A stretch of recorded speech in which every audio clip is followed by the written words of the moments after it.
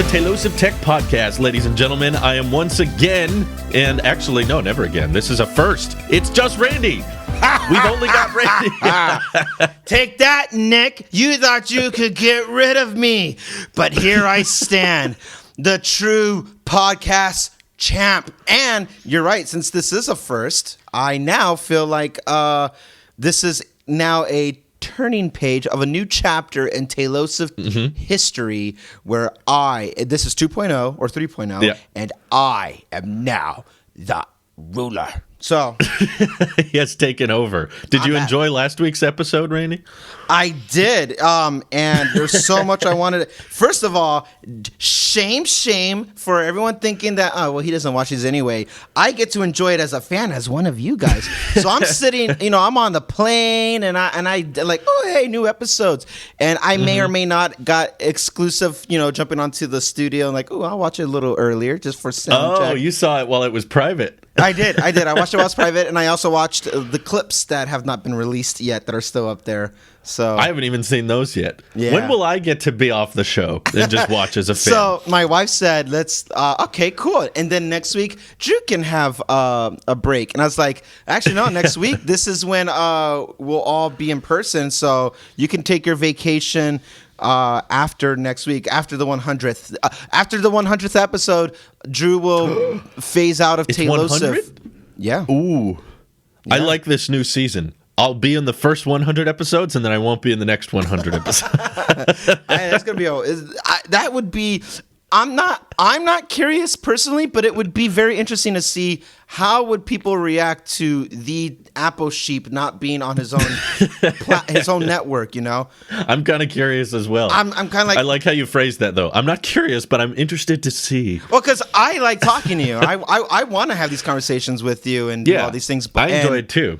And I think people, I mean, you're the poster child. Hey, but to see you like, oh, maybe how selfish. Maybe Drew wants to take a break. Y'all ever think about that? What I do want to mention before we get started today is that it's just me and Randy FaceTiming, and the connection looks infinitely better for some reason, and we've never discovered this until this week.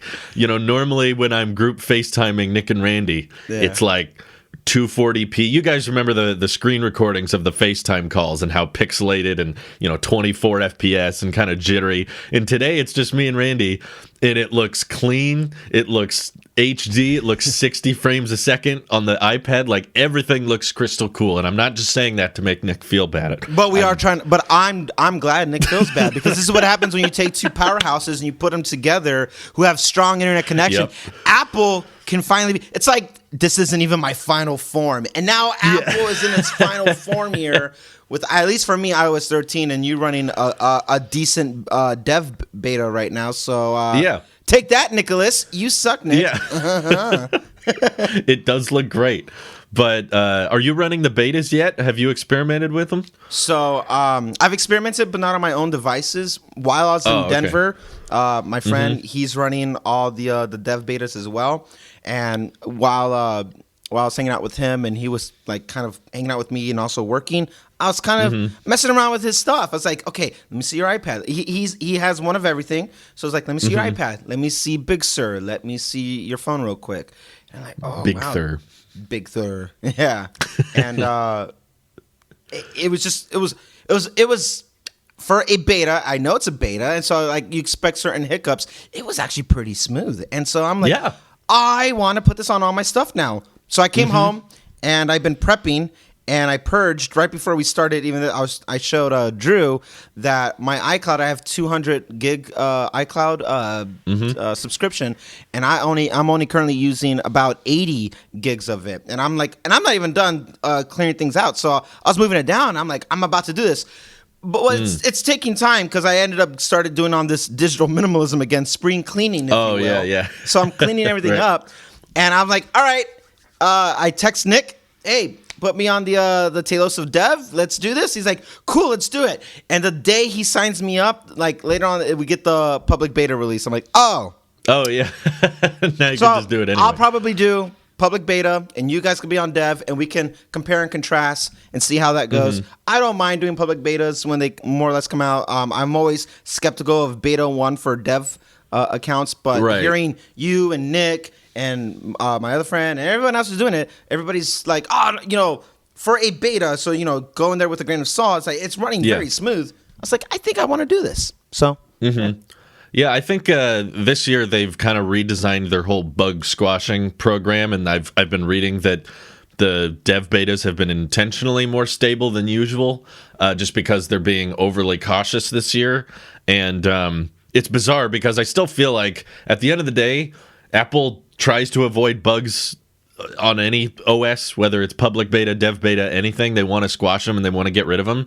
And if there are any, it's because they didn't find them. Sure. And they could not find them on any version of iOS, which is why sometimes dev beta will feel more stable than the official release, just because they don't ever want bugs. They want to avoid bugs on any version. So it just ends up meaning that you could end up having major bugs on the public beta. You could have major bugs on the official release or the dev beta. It's just luck of the draw, or bad luck of the draw, I should say. But yeah, it's been mostly stable for me. And other than my widget complaints, it's been pretty good. I've enjoyed it. I saw that video. Let me pick your brain about that real quickly. Yeah. So one is just out of curiosity because I haven't used them yet, and the other one is just from a philosophy standpoint, I guess I would say. So the first one is more technical. Correct me if I'm wrong, you can only use Apple's widgets right now. No third parties have been implemented. And the ones that currently you do have, you are not able to do. You can't really interact with them the way you could if you would have slide over. And old widgets. Yeah. Old widgets, you can kind of because the thing that caught my eye that you said, because I was like, oh, I do that. I cool my cabin down in the Model 3 within the widget. And that's how I've always done it, because it's quicker. Boop, boop, done as I'm walking in my car, especially when I'm not home. So it's a bit of a dip. I'm out grocery shopping. It's mid-August or something, or even right now, like July. It's it's hot. Okay, it's hot. Let's cool down the cabin. And none of that works. Nothing.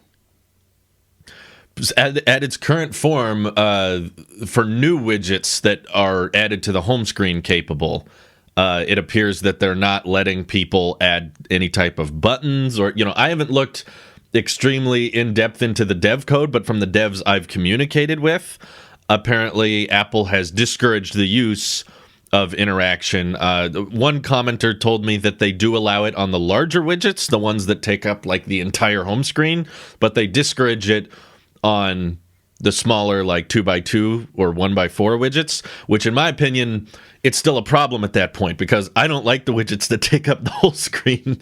I think those are obtrusive, and like in your example of just wanting to cool the car down from a single press, you wouldn't add a giant widget to your home screen or a giant widget to the lock screen just for that button. No.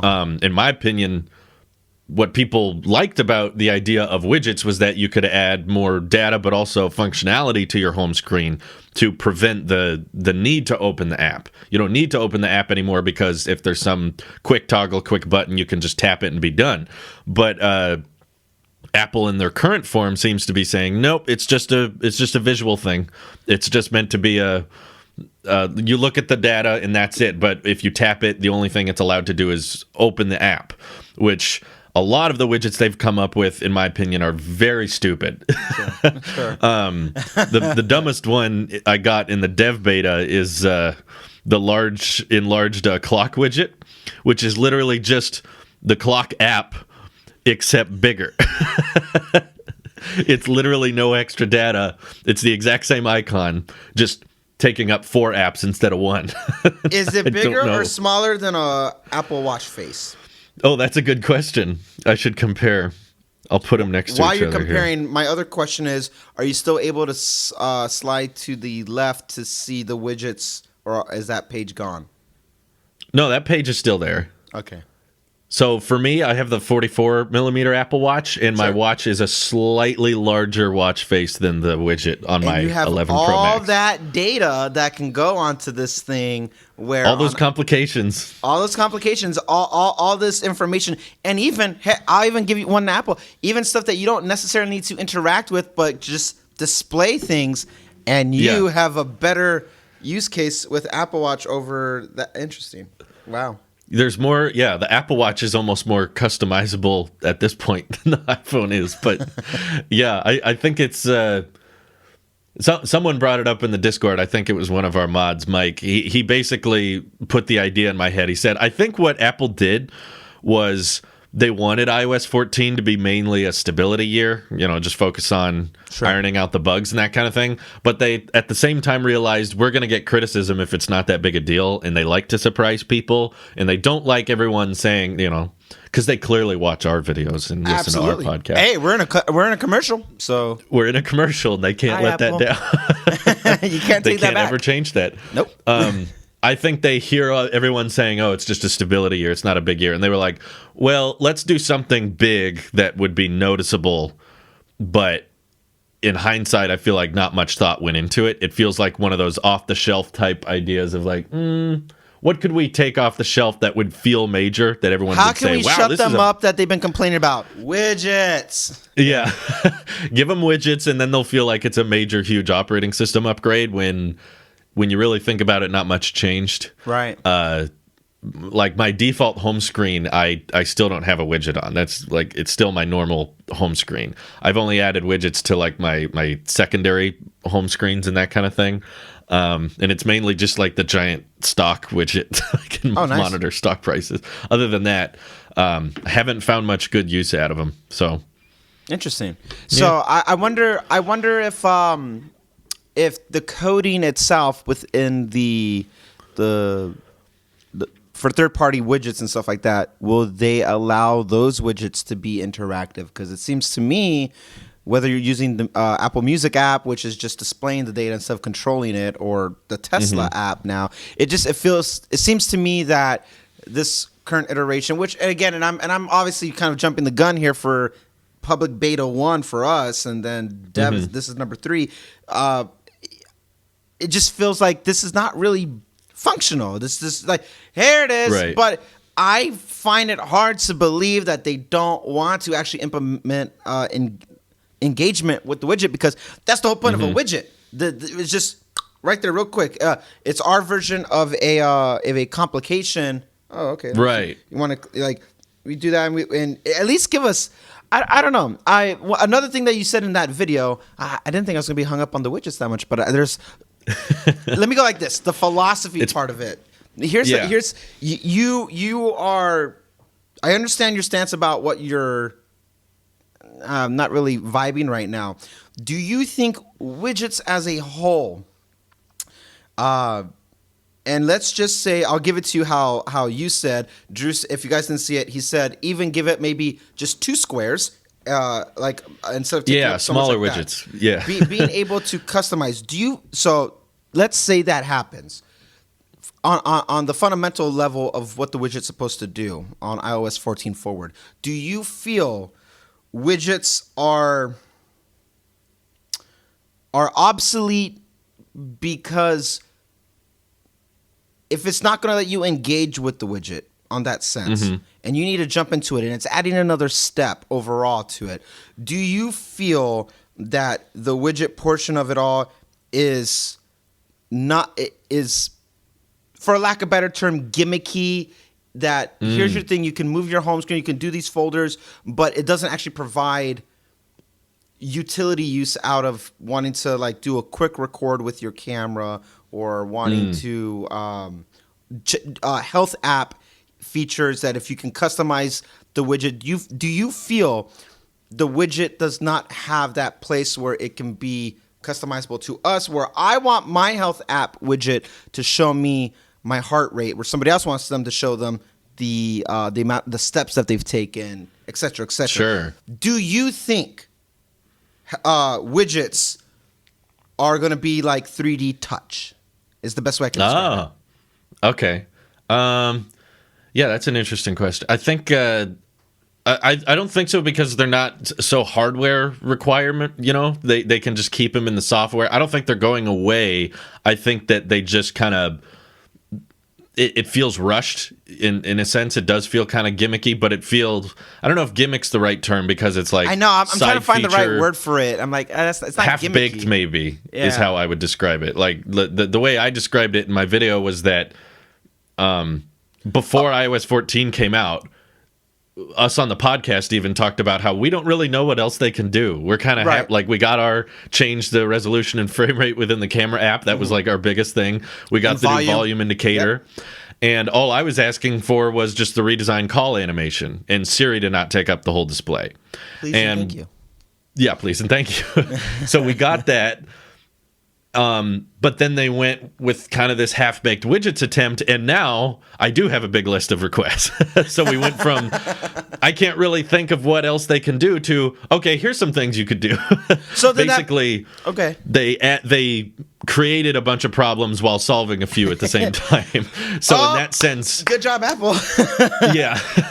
Basically, I don't know if this was intentional, because sometimes I feel like there has to have been, in my opinion, there has to have been features that they knew people wanted changed, but they didn't implement because they wanted to give themselves room for improvement in the future. Sure. Like, in my opinion, the volume indicator took so long. Like, there were so many years of people saying, when are you going to change that? When are you going to change that? I mean, back in iOS 7 days, I remember people saying, this is obnoxious that it goes right in the center and it's a big square. This was a complaint since the very first iPhone. I remember people complaining about that since, like, why is it just... Yeah, why is it straight in the center? Yeah. And they must have known they could have fixed that. To me, it seems extremely simple, but for whatever reason, they decided, well, let's just save that for later so that we can have a big upgrade down the road and consider that, hey, this is definitely an iOS 13 device because the volume is more elegant and smooth. So that's kind of how I feel like they might be playing widgets right now, is they're like, well, let's just introduce them, because I know Apple doesn't like to do huge fundamental redesigns year over year because they know some people don't like change. They don't like having to relearn their phone. So they're like, let's just ease them into widgets, and then maybe next year or another year down the road, we can make widgets more functional. Okay. And then that'll be the big iOS 15 feature. My biggest fear... Now there's a now playing widget or whatever, with play, pause, and skip and... My biggest fear is that it's going to have the same fate as 3D Touch, that you have all this potential. That's the word I was looking for. That's what I was looking for. You have all this potential. There we go. Okay, now I feel like I'm just have awoken now. I feel like Widgets has all this potential the same way 3D Touch had all this potential, and not many people are actually going to give it the right attention. I see what you mean. Yeah. Not in the sense that 3D Touch required hardware, but more so that the reason they started removing it was because of lack of user interaction. It was like, it's like a right click that nobody really wants to do. I think 3D Touch is actually more important now, or our version of 3D Touch now is more important on iPad OS with the cursor, the cursor and stuff like that. I feel like the two finger click and all that. I feel like it's now more important because I need those right click features, especially when doing just like what I do a lot. And I'm actually gonna be vulnerable for a second, if you guys will humor me. Okay. A lot of times I see a word and I don't know what it means, and I'll right click it and look up the definition. There. I'm in the same. Yeah, I do that too. I admit. And that's how I try to educate myself on more English words and stuff like that, so I can be, gooder at English. An intellectual in our presence. Big brain. So, and I use right click so much. I was like, oh, what does that mean? Oh, what is that? Oh, how do you just random stuff like that? And I mean, that's a very specific example, but I use that almost, well, not daily, but that's the number one feature I do. Other things is like if I'm like editing in LumaFusion, or they've implemented trackpad features now, which is so cool. But 3D Touch has and I still say in present tense, not past, but it has all this potential that is just not really being utilized. And it's like, I really wish they did, because I think we talked about, I like 3D touch as a toggle for the flashlight, as being able to quick functions in the control center when I want to set a timer or any of these things. The keyboard cursor. Oh my God, way better than the space bar. Any day of the week. Yeah. Pop, pop, pop, pop, pop, pop. I like to do it when I'm... And that's what people are mad about in the betas, is the betas are getting rid of 3D touch on devices with it. So iPhone a lot of people are mad about that. Yeah. How sad. That's crazy. Yeah. I wonder if they'll change their mind on that, because I think Apple's experimenting with it because they would rather user input be consistent across all their devices. Across the board, yeah. While at the same time, they know people are like, well, I bought this phone and it had 3D touch when I bought it, so why are you getting rid of it? You're turning off features for hardware that, like, you can't upgrade the hardware, and now you're making my hardware obsolete.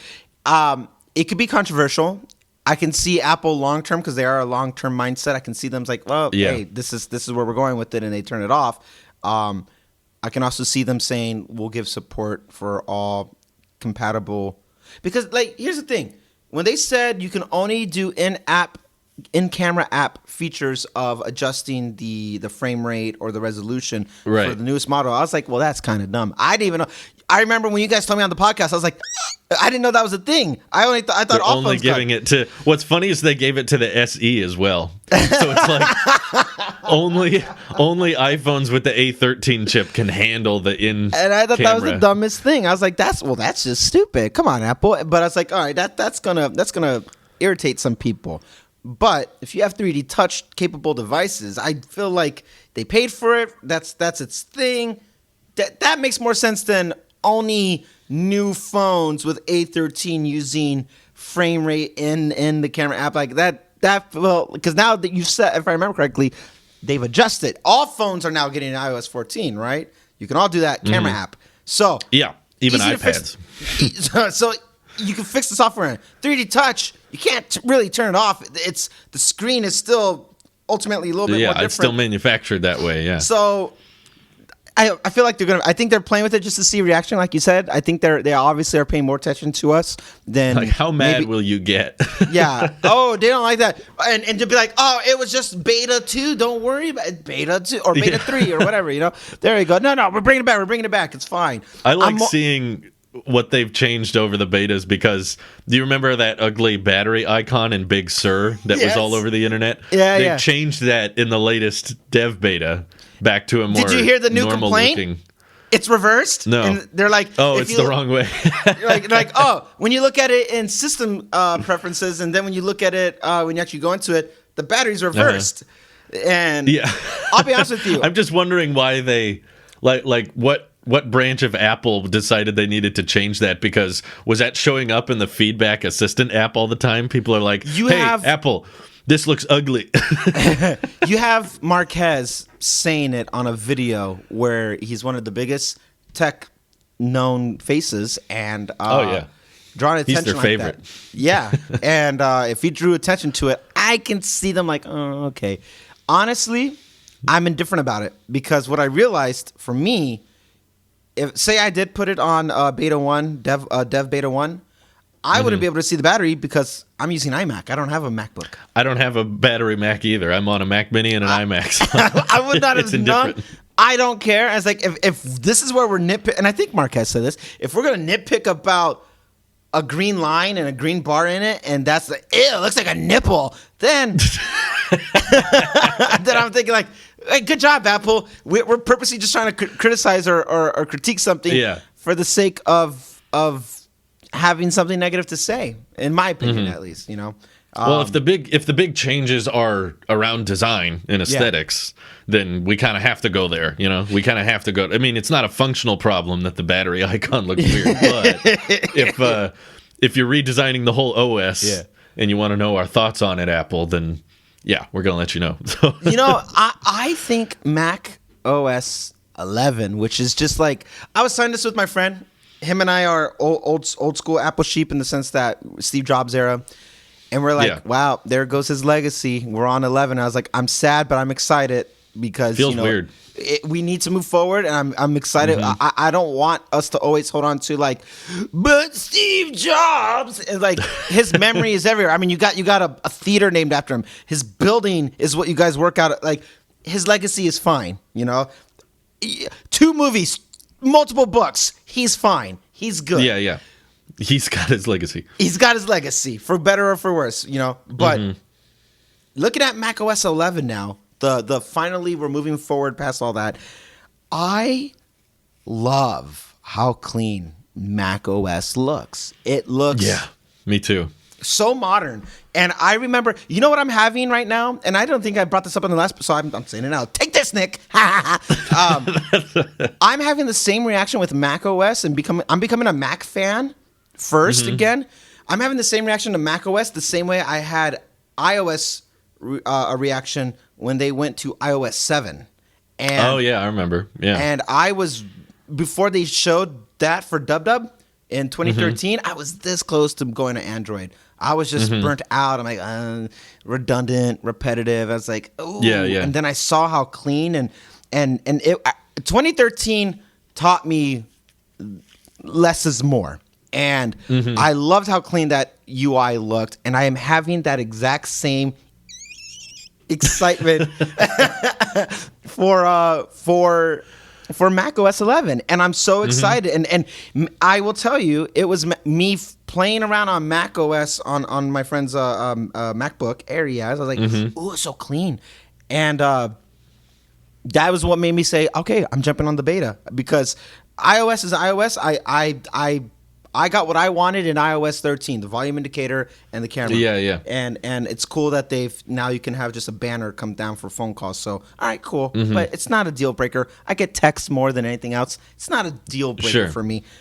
But seeing Mac behave in a way where it's so flat and modern and it just feels vibrant. It feels engaging, like it's welcoming you to touch it. One tells me I wouldn't put it past maybe a touch interface at some point, but it just provokes this same emotional reaction that I had with iOS 7, where it's like complete redesign with still being a bit familiar, and it just has that same vibrancy iOS 7 had, because they wanted to show you layers on a flat design. It's like, if you ever back here, then the gradient and all that stuff. So I'm so excited about that. And I hope that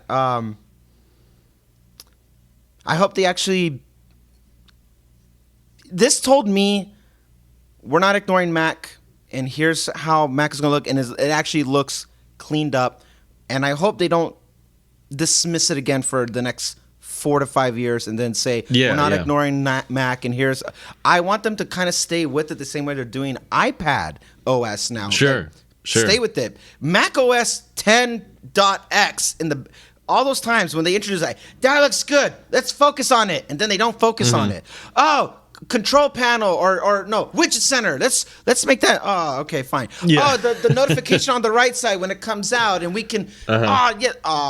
At one point, I had 3 different media players on my MacBook, where it's like Apple Music, iTunes, media window, and they all had play. And I purposely like, why is this here? And it just felt neglected. I hope they don't just, here's a clean look and shut up.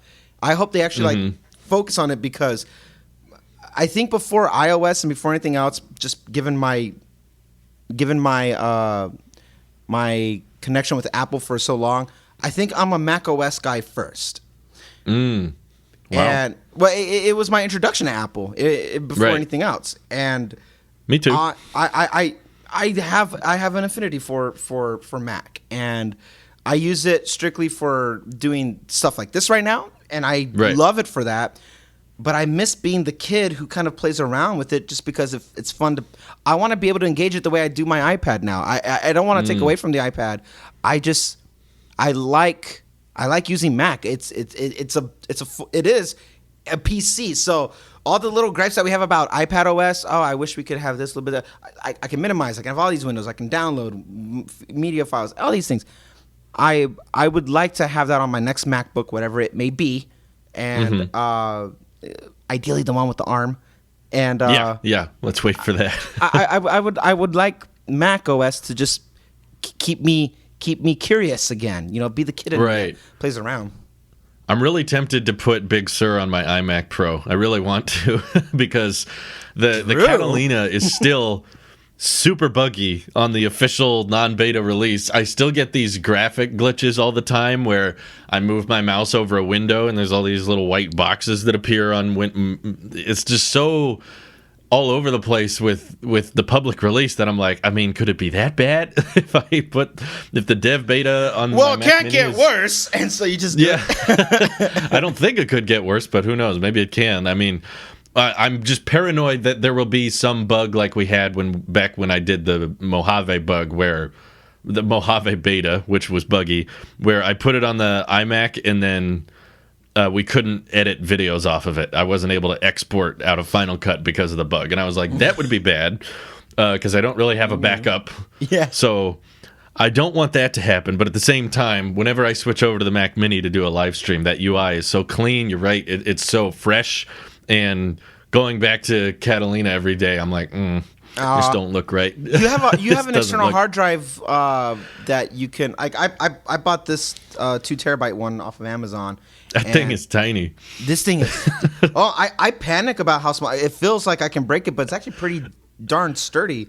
But that's good. This the whole idea of me like even cleaning up iOS in the first place to get prep. What my part is that I'm prepping to move everything, because what I'm going to do is I'm going to back up. I'm going to use this as a backup for iOS, for iPad OS, and for Mac OS as a just in case for now. And I'm going to make the jump. And if it compromises my workflow with doing this, if it compromises my workflow with music or Final Cut, then I'll revert back. And that's my fail safe. And I encourage you, Mr. Erickson, to kind of do the same. And let's take the plunge. Let's take a leap and see what happens. Yeah, it's kind of complicated because there's so many files I need to readily access for all my video editing with audio and outros and intros and all that jazz. That when I partition, if I just did like a side partition for Big Sur, I would still need to access all those files on the Catalina version. That it would involve a lot of jumping back and making duplicates of files. So I probably could do it. I just need a good amount of time, which I haven't had a lot of lately. So if using Big Sur makes you feel excited, and when you turn around from this, if this is you, hey guys, welcome to the stream, la la la la la, turn around, aw, and you just become sad. Right. That tells me, Be young and vibrant, like the OS of it, and jump into it, or the UI of it, and jump. You just try it. Just try it. I'm trying to be a bad influence because honestly, my biggest fear is the most practical one, even for you and for me. And I would even say for Nick, but he found a way to make it work. Is that like you can't compromise the work? At the end of the day, that's the first thing. But at the same time, it's not like you have so many third-party things that might get corrupt. And like you said, I don't see it being any worse than how Catalina's been behaving. I loved the concept of Catalina. I hate the execution of Catalina. And this has been a very bad... I don't mind that I waited 6 months after the release to go to Catalina. I'm like, okay, I'm ready. It was a rough year. It was, and maybe because they were like, all right, well, for Big Sur, or whatever we're going to call this one, because maybe they don't have a name yet. Maybe that's the one that's going to be changed. Did you see the video on YouTube? Actually, open floor question to everybody. Did anybody see the video on YouTube? These guys, every year after year, I love it. I've seen those. Those guys are awesome. Yeah, the Apple needs to hire them. Yeah, really. They should have them on stage someday or something. It's so cool. That it reminds me of like the only way that would have made it cooler in a sense, and I think we'll get there one day, is if they shot on an iPhone or something, Ooh. Yeah, why haven't they done that yet? That'd be neat. Maybe they can't get the iPhone camera to perform as much as they wanted to, but I think that'd be cool. If the wallpaper one year was a shot on iPhone picture. I realized that because you said yes, I just kind of stopped talking. For anybody who does not know, there's these guys on YouTube who go around and they take photos of that year's Mac OS, whatever it may be. And at one time they did it all. They started last year or 2 years ago. 2 years ago they started up to Mojave, I think, and they did all of that. All the ones from Maverick to Yosemite to Mojave, and then last year they went out for Catalina and did Catalina, and then this year they did Big Sur. And just from a vlogging standpoint, I was just enjoying the process of it. And and they get pretty darn close. They get spot on. Yeah, it's. I think some things Apple is able to manipulate because they are dynamic wallpapers that will translate. So I feel like they have certain things that kind of clean it up. But if you just took it frame by frame, these guys have, like Drew said, it's spot on. It's almost, it is identical in many sense of it, because then you got color grading and all these things, and it's so much fun to watch. Time of day, different lighting type thing, but it's they line it up perfect. It's so great. Perfect, and they think these guys, these kids, believe that Craig was referring to them about cheap imitations in his keynote, and they're like, "Is he talking about us?" And because they don't really know, and they want kind of clarity about it, because they got to the point where instead of taking drone footage out, they had to rent a helicopter to get Big Sur. So they're trying to top them. They're trying to top them. Next year they're going to space. Yeah, that's what I was gonna say. The next wallpaper will be in like the upper atmosphere. They're looking over the whole planet, and then those guys will figure out a way. They'll rent a balloon or something. A balloon. Yeah, like the Red Bull jump. Oh my goodness! Thing. They'll get one of those where they'll go way up to the stratosphere and take a picture. I remember watching that live and having anxiety, just like, how does he fit in those pants? Yeah, that was sketch for sure. That was crazy. Oh my goodness! Yeah. I forget their name, but you got to check. Just look up fan made Mac OS wallpaper pictures or something. Yeah, you saw that fan made. If not, if one of us remembers, I'll probably tweet it. You tweet it, retweet something. We'll figure it out. Well, but yeah. Oh, I forgot to ask. Now that we're kind of halfway through, what did you think of our discussions on the TikTok banning in the last episode? As a guy who works in government security, we need some inside knowledge on this subject, because I don't understand why the government cares about TikTok. Ooh. Okay, give me one. So I've had time to think about this because, well, one, I'm an avid listener, and two, this is something that we've been actually discussing since last year. I gotta make sure I'm not going to say anything that's, NDAs and stuff like that. I'll say like this. Are you not allowed to have TikTok on your phone? Yes. I'll take that as a... Yes, I can. Okay. Let's just say, you know what? For a lack of better term, if I talk from a technical standpoint, I don't think I'm revealing anything. Okay. This has been... screw it. I would say what I say. Ooh, this is so loose when I'm hanging out with Drew and No Nick that I just feel like just gossiping about our government. We're so lucky to have Randy on today. So, all right, here we go. Brass tacks. The government has been aware of TikTok since before all this. This is something that's been on our radar. Even like it's been actively on our radar since last year, but I would actually probably even say since 2018, when it was still Musical.ly. That was the app before. Now, to answer your first question, or to address the first statement you said, I don't see why the government cares.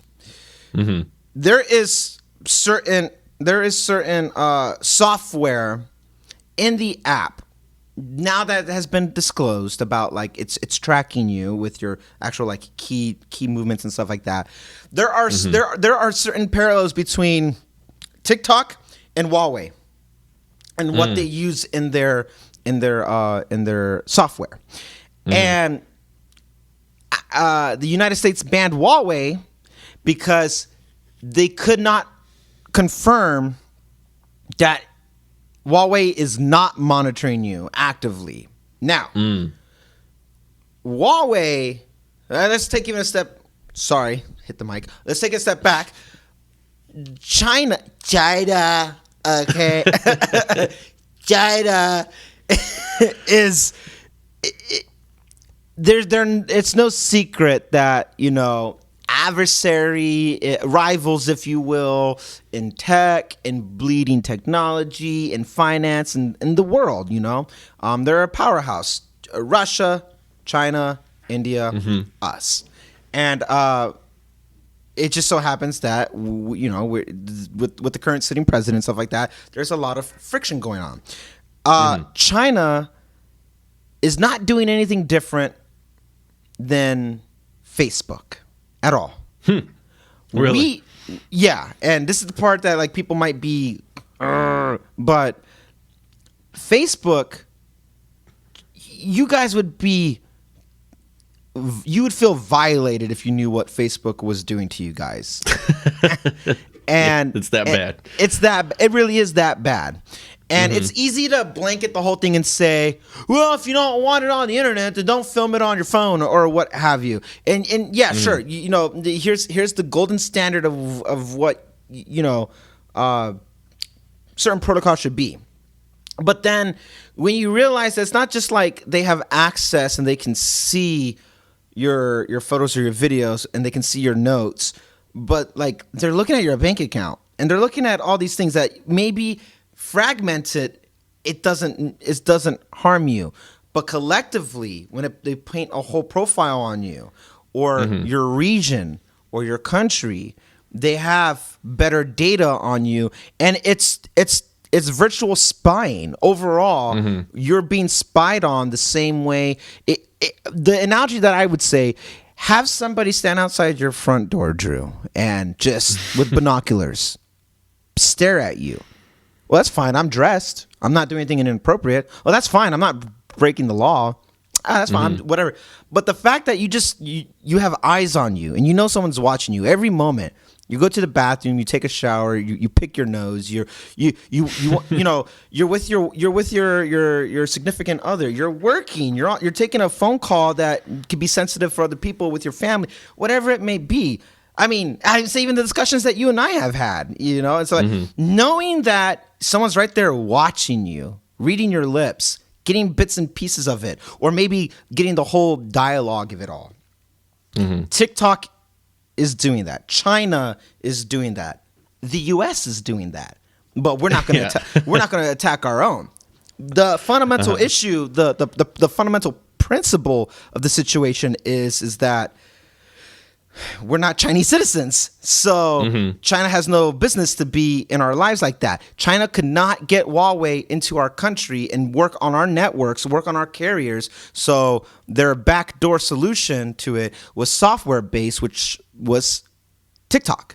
And the fact that it blew up and became so popular is aggravating to America. And when I say these overall names, I'm talking about the government, not the people themselves, not the Chinese people, not us, our governments. They're upset because Facebook is the biggest whatever in the United States, which it still is today. Right. I keep hitting my mic.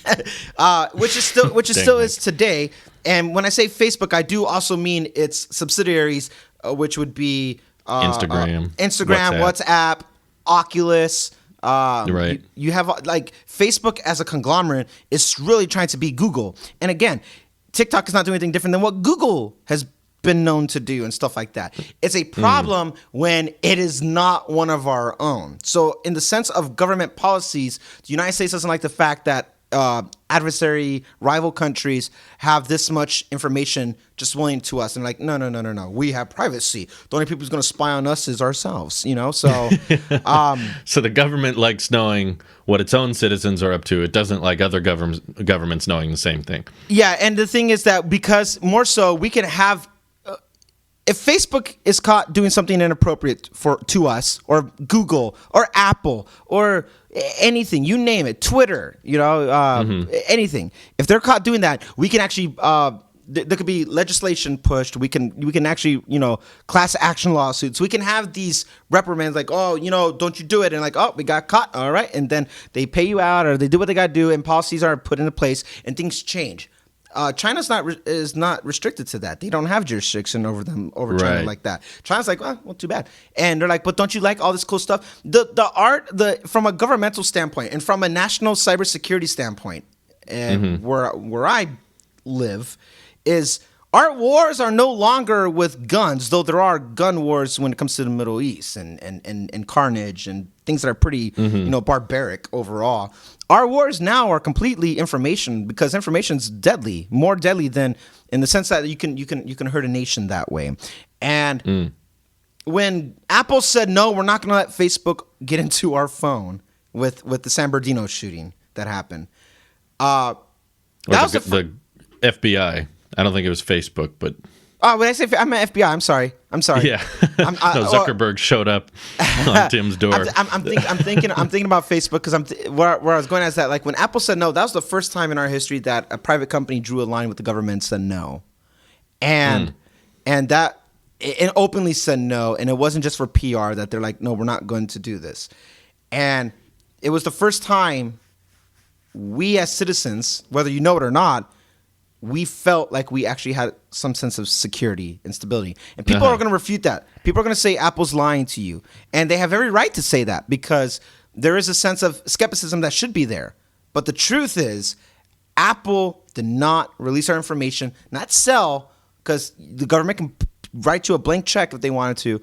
Apple did not give the government, the FBI, that type of power, because once you do, you can't come back from it, and it becomes very 1984 Big Brother-esque and stuff like that, and which is what it is. It's self-preservation in the United States, that we want to be able to self-govern, but also have control and security, and you have to find that balance of privacy over security and freedom over liberty. There's all these philosophy that comes into play about that. And the truth is, it's a balancing act. You don't want complete freedom and philosophy where we have no security, because then we become the weakest nation. But you don't want to be so strong and secure that we become like China. And it's a balancing act. Now that I've kind of given you a broad overall TikTok, it is a political move. It is strictly the same way Trump said at one point a couple years ago, we're thinking about banning all services, no Google products on China services. They took off Android, the Play Store, and all that stuff. It was a political move. It was to hurt China because of our back and forth with tariffs and blah blah blah blah blah, and politics and stuff like that, world politics. But there's no reason, in the sense that's like, if you're going to do that to TikTok, you need to do it to Facebook and Google. You need to do it to Apple. Apple doesn't sell our information, and we are very much encrypted, but Apple has other ways of making money off of us that doesn't have to do with selling us as data. We're the product, right? If you're not paying for something, then you're the product. That's congratulations. Your time is more valuable than any dollar amount or anything that you have, because time, everybody chases. You can't get that back. You can't buy more of it. You can't. You can get less of it, but it's the most valuable resource. And if we can have your attention on our stuff, you become, addicted and stuff like that. So it is a political move, but there are actual threats that can lead to a bigger situation. That if we just release our information like that, I don't care. I'm an influencer. I'm a this. I have nothing to hide. You don't have anything to hide until you do. Nobody's clean. Nobody's perfect. And this becomes more of a situation where a philosophy that Edward Snowden actually stands on, the famous whistleblower who said that the government's spying on you. He has not been wrong about the information that he's reported 7 years ago. Did he commit treason? Do you like that? That's your preference. That's irrelevant to your stance on it. When you look at the data that he's saying, what's happening was very much true, and changes have happened since then to prevent more spying on it. But when it comes to, I don't have anything to hide, so go ahead, world, look at it. All this data on you, you're seeing it right now with cancel culture.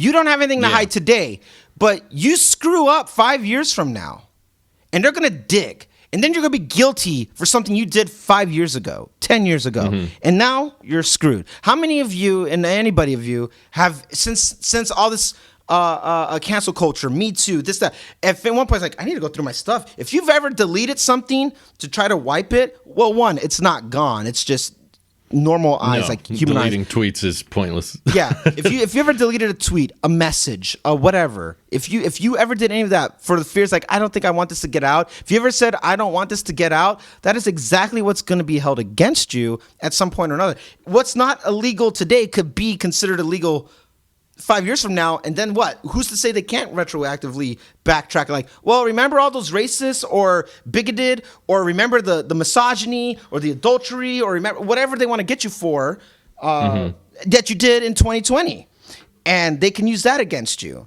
And it's because you let them into your devices. It's no.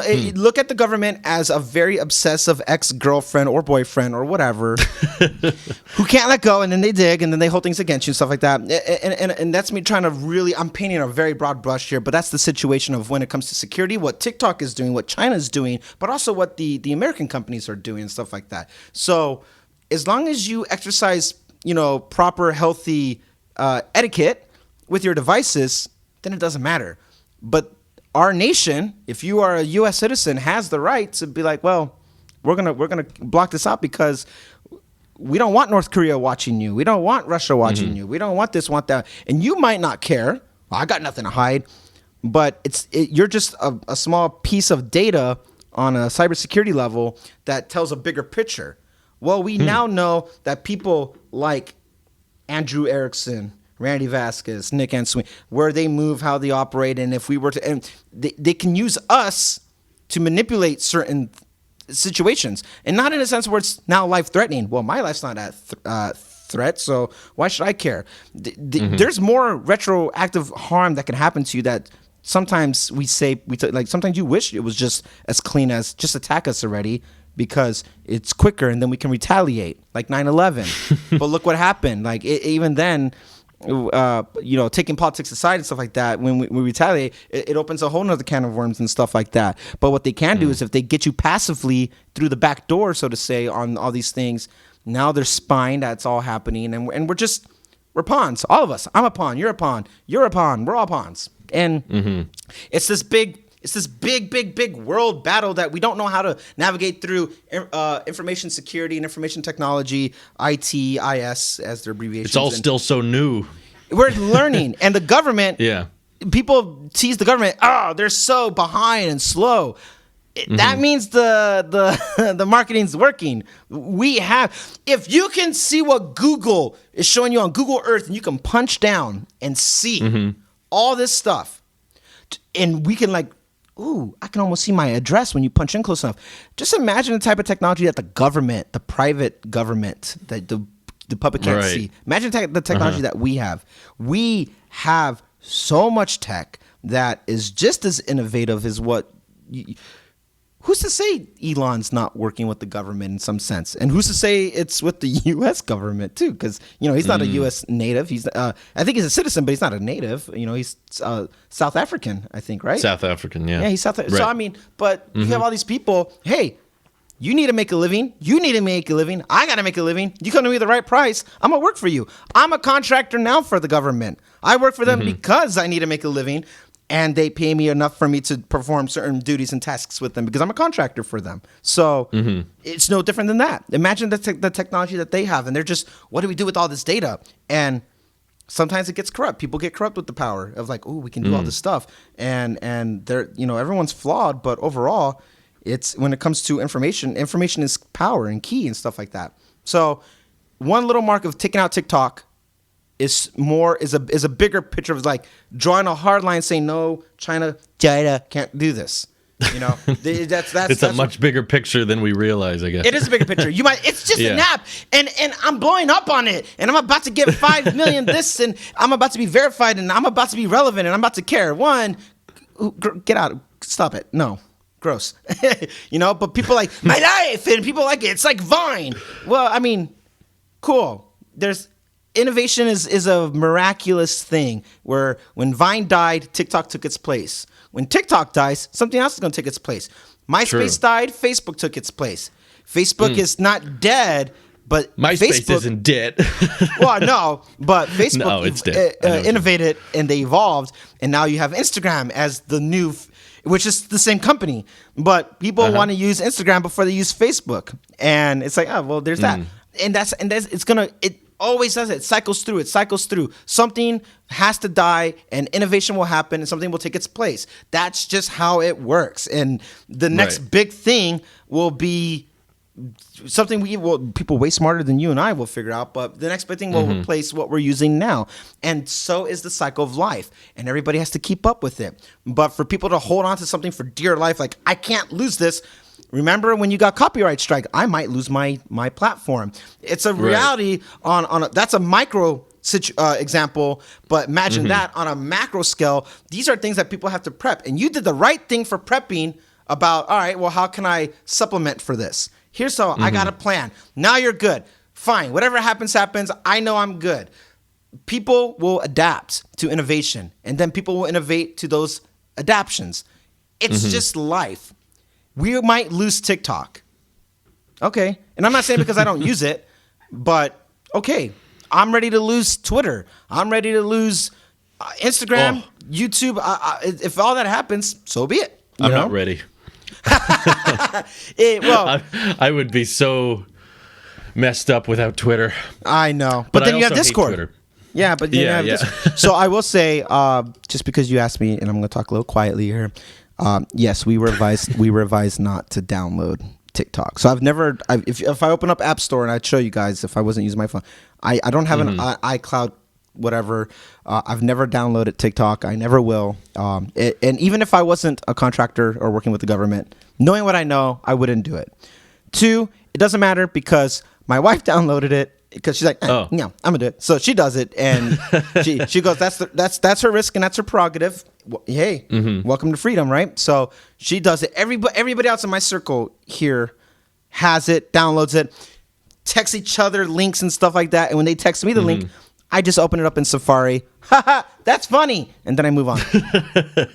It's just funny how such a seemingly infantile, juvenile social media can have such impact on government trade wars and information on what people have. I have a hard time understanding the size of the situation because it's so hard to see and it's hard to understand what that information is used for, how that information is turned against us or for us, or either way. But just from our off-the-record discussions, I've basically just accepted, I think a long time ago now, that there is no security. There is no privacy. I've just kind of accepted that, and there's no real way to avoid it, especially as a content creator, as someone who willingly documents and posts and live streams. Is just there's never going to be this, it's a losing battle that I admire Apple fighting, that they want to put their foot down on privacy and security, but there's really no, I can't envision a future 10, 20 years from now that has more encryption and more privacy than now. I really, even if there was, there'd be a new way to break through it. Yeah, I really only envision things getting worse, and as I get older, I think it's just going to get worse and worse and worse. So, yeah, if you have something with an internet connection and a microphone that has power, I would just assume it's not a private source of it. You're bugged, of I'm bugged, we're all bugged. Because even if Apple encrypts it and secures it or what have you, your internet provider is not. People can get into that. Even if it requires a password. I mean, part of the thing that I had to learn, one of the things that I actually legit learned, which was scary, as a principal in Security Plus, is how to infiltrate Wi-Fi, and how. And in one of the classes, there's ethical hacking. They call it ethical hacking because it has to be ethical. There's a class called ethical hacking, and they were in the classroom next door to us. And we knew what day what on like on Wednesday, we knew what chapter they were on. because that was the day that they hacked our classroom and started messing with our speakers and playing YouTube videos. And no matter what happened, you paused it. They kept playing YouTube videos in the background on our computers, because the point that they were showing is that, like, even though we were on an encrypted or a secured Wi-Fi, it's not really encrypted secure. Just because there's an encryption key, I'm not going to go too. That's really nerdy, but there's an encryption key that only you have, and if I give that encryption key to you, and you have to authenticate and validate that, and then you send it back to me, and if it matches our phrase, like the secret handshake, hey, how's it going? Yeah. Now you and I just made a connection, and now we're connected. But there are ways that, and the whole point is it's encrypted, is people can infiltrate in live time what that secret handshake is. And there are ways around the secret handshake that even though you and I have just made a connection and now we're talking, someone else could just come in and put their hand on top and start talking to us as well. And and you wouldn't even know. So even if Apple secured all their devices to the point where it doesn't go back to their servers, thanks, Apple. I use Cox. You use Spectrum. Who do you have? Who's your internet? Xfinity. Xfinity. You have Xfinity. I use Cox. Some people use AT&T or Comcast. Whatever. The point is that those things are open, completely open. When you make a phone call or you're using LTE, that's open. It's all open. So you knowing what you know about tapping into internet and accessing that data that internet cable provide. I like talking about this because we're a non-sponsored podcast. How useful are VPNs? They are extremely useful. Yeah. Okay, good. They really are. They really are. I was gonna say, does that prevent that middle handshake from taking place? Some of them do. I'm about to get pretty nerdy. You know what? If I say this, do you use one? I don't. No, not here. I do use one, not here. Not on my personal devices. Not yet. I was waiting for a sponsorship to reach out to us. Yeah, let's not say any brand until we get an offer. Yeah, I know, because there's one brand, and I'm not going to say it out loud because I don't want to burn any bridges, but there's one brand who had all their information hacked and leaked because they did not use a secure encryption key. I don't even know. Anyway, the information got leaked out there because there was actually there's vulnerabilities in virtual private networks as well. We should burn these bridges then. If they're a vulnerable VPN, I hear they're fixing. Don't say the name. Let me just ask: Do YouTubers bring it up often? Yes. Okay, I think we know that. Yes, they do.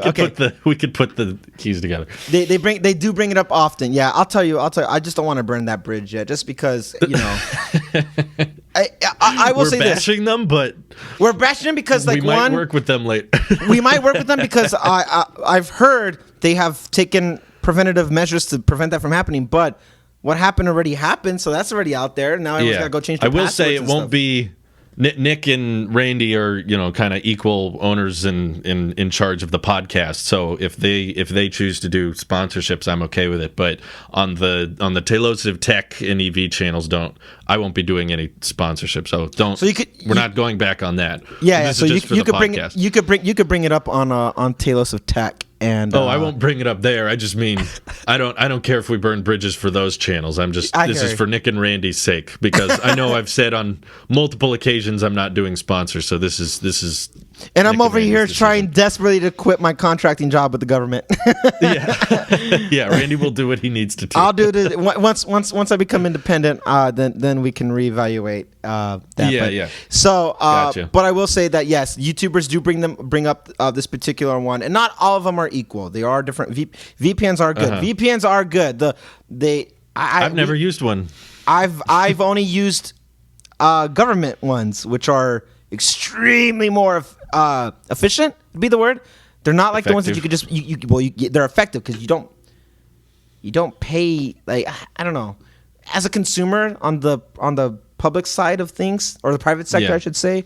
On the private sector, as a consumer, you have competition and you have innovation. You have all these ours can do this, and this one, the UI looks like this, and blah blah blah blah blah. And it's all kind of gimmicky. if the connection is still not that secure to your servers, to the VPN servers, then it makes no difference. I don't care how clean the UI looks. I'm giving you money for me to still get hacked.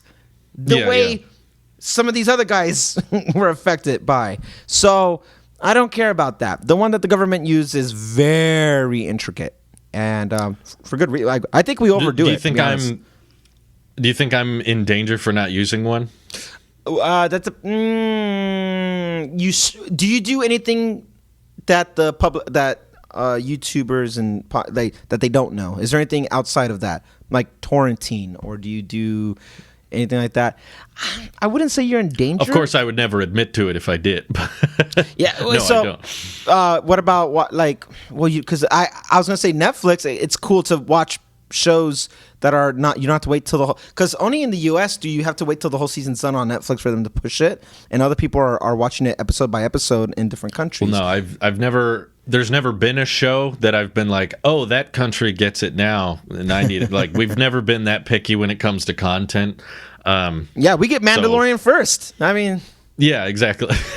There's never been a show I've been willing to pay money to see early or something. If it's like, when is it coming out? 6 months? Okay, I'll wait 6 months. Like, I'm not in a hurry for that kind of thing. So, I will say, are you in danger for not using it? Yeah. In overall, yes. You are open to attack. Yes. In danger of an attack? What is it? What would that look like for me?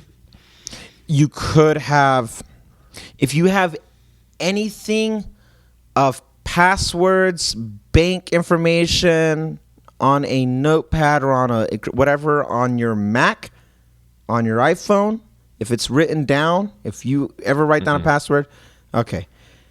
So it's in here. If it's all in here, if you truly have it, I know it is. It's right here, and you don't have repetitive passwords and stuff. If all that's good, if you have the only way you're secured is if it's only in your head. That's the only way you're secure. Well, I also have 2FA on everything, so that has limitations too. It does help. As in, like, if someone were to log in with a password, I would know about it almost instantly. People don't have to take that route to get into your stuff, like banks or whatever. There's other ways to get into that information. Now, banks are another high level encryption for obvious reasons. I hope so. Yeah. Otherwise, it's going to cost them at least $250,000 to insure people. So, I mean, like, it's a very expensive mistake, and they don't. Yeah. They bank. If you have any type of background in cybersecurity, a bank will hire you. It just because they need as much as they can, and you can work from home, and that's all people do. Right. Is in encryptions and stuff like that. Okay, so let's say not financial. People can bring down, if let's say you just irritated the wrong person who had this type of capability, they can bring down your entire house because you're a smart home. They can lock everything out and would just effectively give you a kill switch and shut everything off, and you wouldn't have any connect. You would have to have somebody come out and look at the internet or look at the electricity. Oh no, sir, everything looks fine. And they can. There are ways to do that. Now, are you that high profile? No. Like I don't have much of a smart home either. It's really all the smart bulbs in our house are in this room. Nice. So, and there's no smart lock or anything. So they can't. They can't kill your. They can't. So you won't be able to upload some videos for a couple of days. That's the most extent of it. On a direct attack level, because you have direct attacks that could happen, you could have. I would say that's the most, but that's the most probable. That's the most realistic thing that they can do. Your whole neighborhood could get attacked and shut down. Like the whole network, the whole everything in your neighborhood could be attacked, and that's something you have no control over. And the VPN ain't going to save you from that. But they can do that. If you are being targeted, if somebody found your IP, like once they get your IP address and they have other data, I'm not going to just put I'm not going to say, but IP is the most common one. But once they get certain information on you, they can hone in. You can get hacked, and you can be monitored. They can turn on the webcams. They can even if your phone's connected to Wi-Fi, then they can actually access your camera on Wi-Fi on your phone and your microphone and all the stuff that feels pretty common knowledge now. All that, like those types of attacks are very passive. They're not trying to bring you down or hurt you. I'll live my life the same way, regardless if they do it or not. So then there you go. It's just an icky feeling we got to live with. It's an icky feeling in the sense that like you truly have no privacy, and that to me is uncomfortable because, you know, someone's gonna take a soundbite of you farting one day and upload it. Ha ha! Drew farts.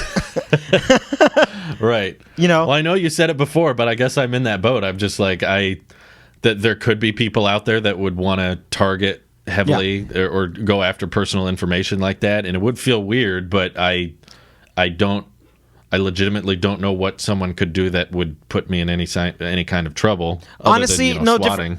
Yeah, that's it. Getting you doxxed and getting you SWAT. Like if you're talking about life or death, swatting seems to be the jerkiest move. But outside of that, doxing you, getting your information out there. Once they get all those information, you could get doxed and leak all your. Here's Drew's phone number. Here's his siblings, his family's numbers. Here's his social, like your social security number. If it's ever on anything that's unencrypted, if it's written down anywhere, that's compromised. Once they get social and they get I don't have it written down on anything digitally. Good. Yeah, good. That's good. And that's how it should be. It should always be that way. It's just practicing proper, security, personal security and stuff like that. How there's personal finances. There should be a class on personal security. On what proper etiquette, as I called it, for we're going to need whole different classes in high school in the future. I think it's going to come because it's almost inevitable that's how that's your digital footprint is bigger than your physical footprint, right? In the sense that you have a bigger reach online than who Andrew Erickson is in California, like that. They care who you are worldwide, which. That's the business that you're in. So that footprint has a bigger impact, and that's the footprint they're going to target. I don't think you would get targeted in the sense that, and this isn't an open invite, right? But like, I don't think you would get targeted for where you live because I think it's irrelevant. Like they can't really hurt you that way. What they can do is effectively find ways to get into your YouTube or whatever, and like that type of attack. If somebody on a more lower level like us, if you were to get attacked, I could see that happening, and I can see just interrupting your livelihood, your work life and stuff like that. Right. I could see that being targeted and stuff like that. But then that's just because someone is specifically targeting you. On a bigger scale, like on a country scale, Russia, I mean, they're already watching us. Like for one, I'm just gonna say and put it out there. It's not. We're already being tracked by China and Russia and everybody else. They're just watching us to understand our habits because they can use our information against our U.S. government, and that's just the politics of it. Whether it's even business deals and trades and stuff like that, or something where it's like, well, I don't think it would be biochemical warfare or anything like that. I think we're past those days. If we ever revert to that, we're all going back to the Stone Ages. That's kind of, we're at that point where it's mutual destruction. I forget who said that. I think it might have been Einstein. It was Einstein. I think he said the third. I can't tell you what the third World War will be fought over, but the fourth one will be fought with sticks and stones and stuff. Yeah. And that's true. It's a powerful expression. Yeah. It's very true. And everything that we love in our society of using phones and stuff like this would be obsolete at that point. But right now, we're just more at the point of like, what you do with your time is more valuable than like the civil countries aren't going to try to behead us like ISIS. You know what I mean? Like it's so barbaric and ridiculous because it's like we'll come in. If you're gonna fight brute force with brute force, we'll win. That's just how it is. But we're more deadly to the people on a digital footprint.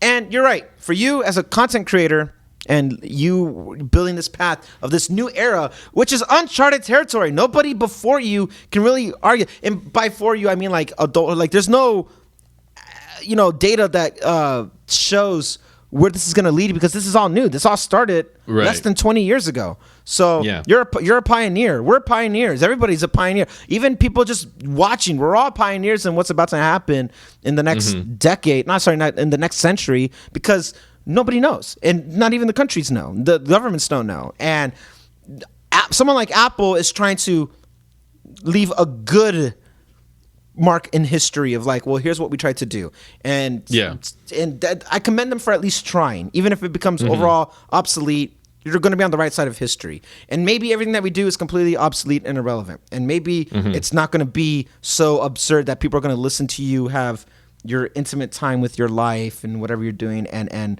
maybe that's just gone. I don't know, but what I do know is that people get very agitated when they start poking around in general, because they care about privacy on a personal scale and on a government scale. That like, don't, if we can keep our cards close to our hand, because we're playing chess, we're playing poker, we're playing whatever analogy you want to play. I don't want you to see what I'm working with, and that's the element of surprise is the last thing that we have when it comes to adversarial like rivalry and technological growth, economy growth, human growth, and stuff like that.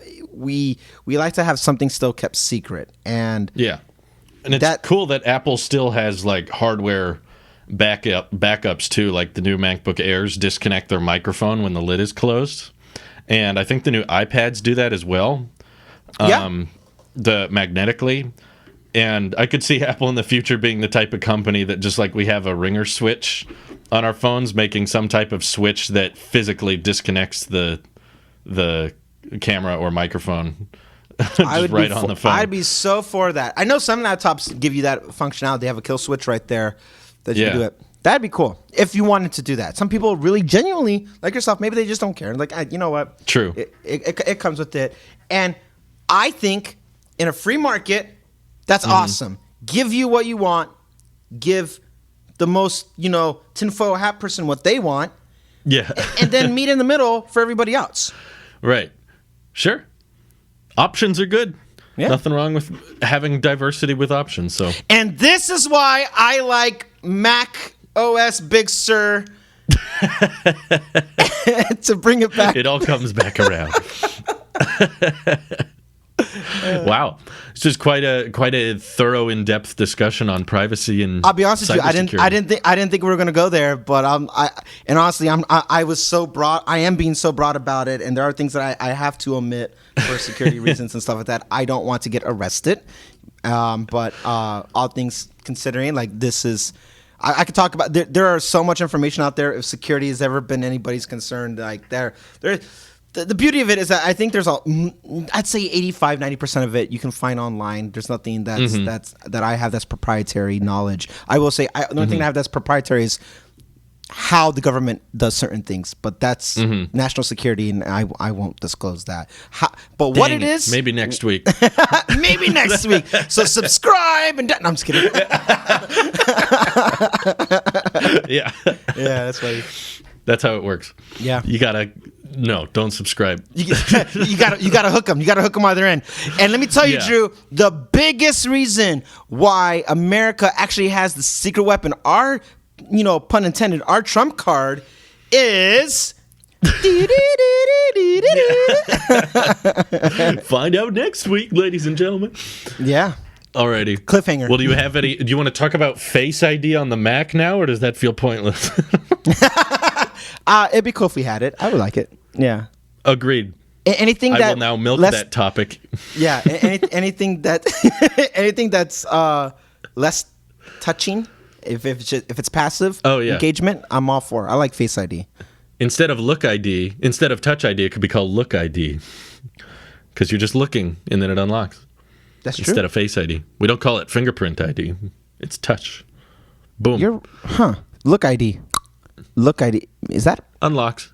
Boom. I'm ready for that. Anyway, I will see you next week, Randy, in person. In person. If things don't all fall apart and get locked down, we'll see. and we'll find out. No Nick. It'll just be you and me. No Nick. Yeah. That's right. Just kidding. When Nick shows up, just keep the door locked. Yes, I'm locking him out. Promise he knows where I live. That's the issue. You're now, VPNing Nick out of the house. Even though he knows where I live, I'm still gonna VPN him out of the house. Bye, everyone. Have a good week. Take care. Bye.